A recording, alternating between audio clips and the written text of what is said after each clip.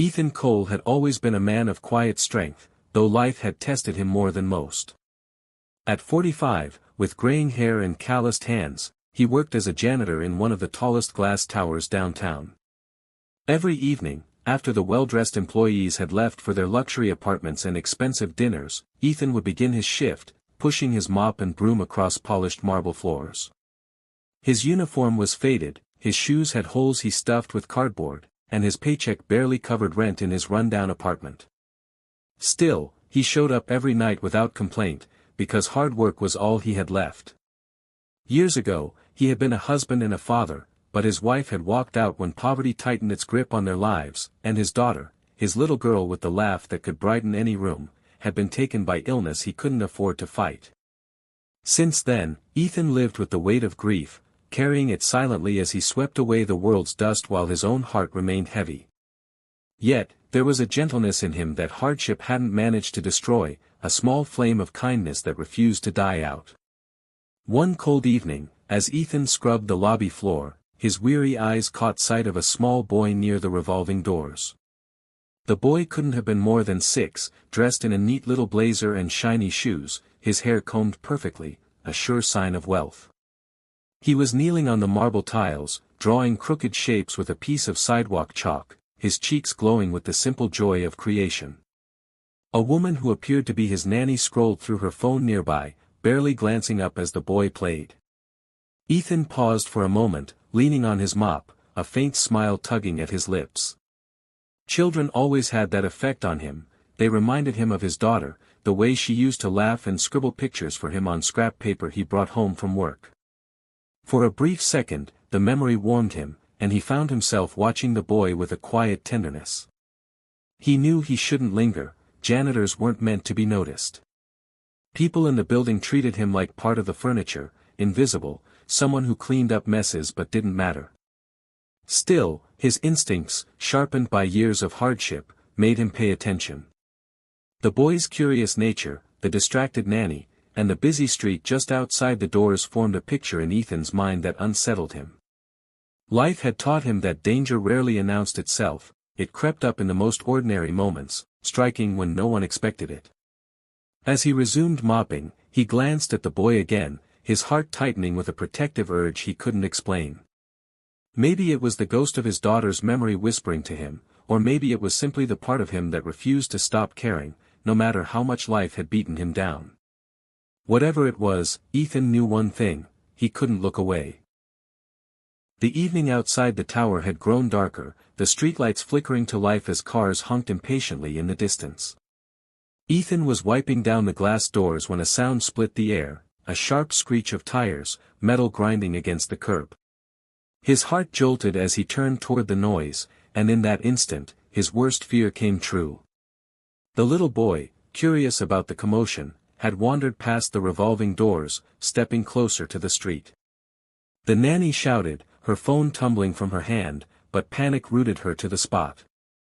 Ethan's chest tightened as he spotted the car spinning out of control, its headlights glaring like wild eyes. There was no time to think, no moment to weigh the risk. Dropping his mop, he sprinted forward with a speed he hadn't felt in years, his only thought fixed on the boy's small frame standing frozen on the edge of danger. The car roared closer, swerving wildly, and in those few seconds the world seemed to slow. Ethan reached the child, scooping him up in one arm and twisting his own body around to shield him. The boy whimpered, burying his face against Ethan's chest, as the janitor threw himself to the ground, curling around the child like a human shield. The car screeched to a violent stop, its tires smoking, barely missing them by inches. The impact never came, but the rush of wind and the deafening noise rattled Ethan's bones. His shoulder slammed hard against the pavement, pain tearing through him, but he didn't loosen his grip. His body shook with adrenaline, but he whispered firmly, "You're safe, buddy. I've got you. You're okay." The nanny finally screamed, stumbling forward, but before she could reach them, the massive glass doors of the building flew open. A group of suited men rushed out, followed by a tall man whose presence demanded attention.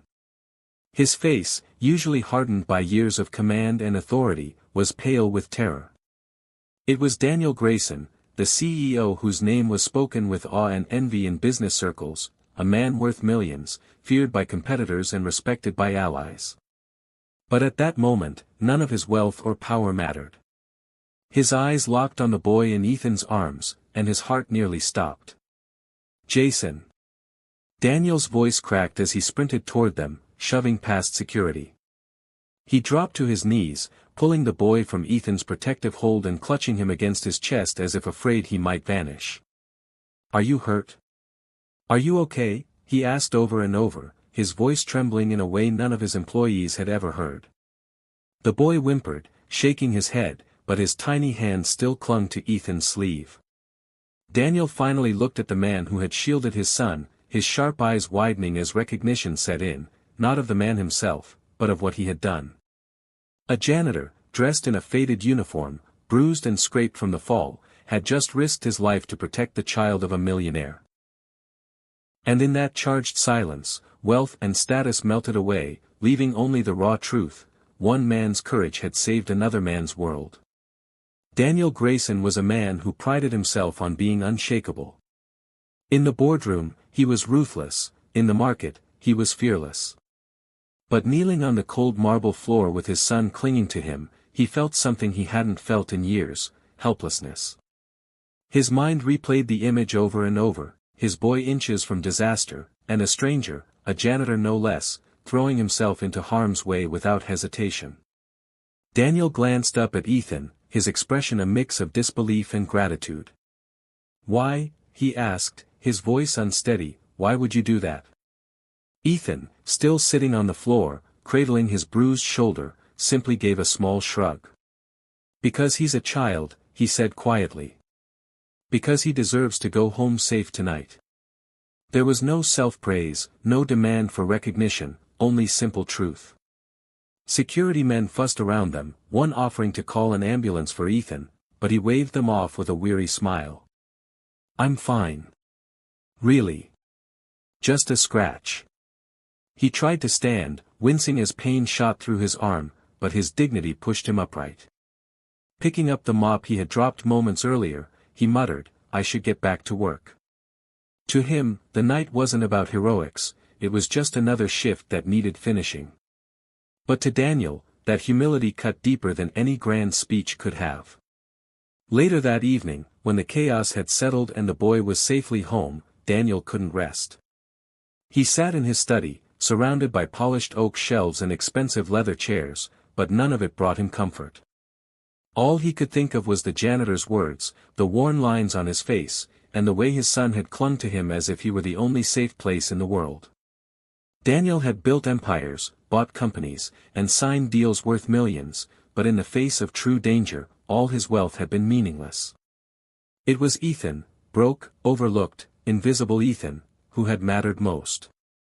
The next morning, Daniel arrived at the office earlier than usual, his son's hand tucked in his. He had insisted Jason draw something before they left home, and now the boy clutched a piece of paper with bright crayon colors. When they entered the lobby, Ethan was there, slowly sweeping the floor with his good arm, his face pale but determined. He looked up in surprise as the little boy ran to him, holding out the paper. "This is you saving me," Jason said softly. The drawing showed a stick figure with a mop shielding another small figure from a big, boxy car. Ethan's throat tightened as he knelt to take it, blinking away the sting in his eyes. For the first time in years, someone had looked at him not as a janitor, but as a hero. Daniel stepped forward, his voice steady but filled with an emotion rarely seen. "Ethan," he said firmly, "you didn't just protect my son, you gave me something I can never repay. My boy still has his father tonight because of you." Ethan opened his mouth to protest, but Daniel cut him off. "No. You've carried enough weight alone. Let me carry some now." The following week began like any other for Ethan. He reported to work on time, broom in one hand and pain still nagging at his shoulder, though he tried not to show it. Years of hardship had taught him to endure without complaint. But something felt different that morning. As he entered the lobby, he noticed the security guard standing taller, nodding at him with unusual respect. The receptionist even greeted him by name, something she had never bothered to do before. Confused, Ethan simply returned their smiles and continued sweeping, unaware that his life was about to shift in a way he never imagined. Mid-morning, the glass doors slid open, and in walked Daniel Grayson, not in his usual brisk manner, but slower, deliberate, his son Jason holding his hand. Ethan instinctively straightened, embarrassed by the sweat on his brow and the ragged uniform he wore. Jason immediately let go of his father's hand and ran toward Ethan, wrapping his small arms around the janitor's waist. "I told Daddy we had to see you again," the boy said brightly, his innocent smile warming Ethan's tired heart. Ethan patted his head gently, unsure of what to say, but Daniel soon closed the distance, his eyes steady, carrying a seriousness that silenced the entire lobby.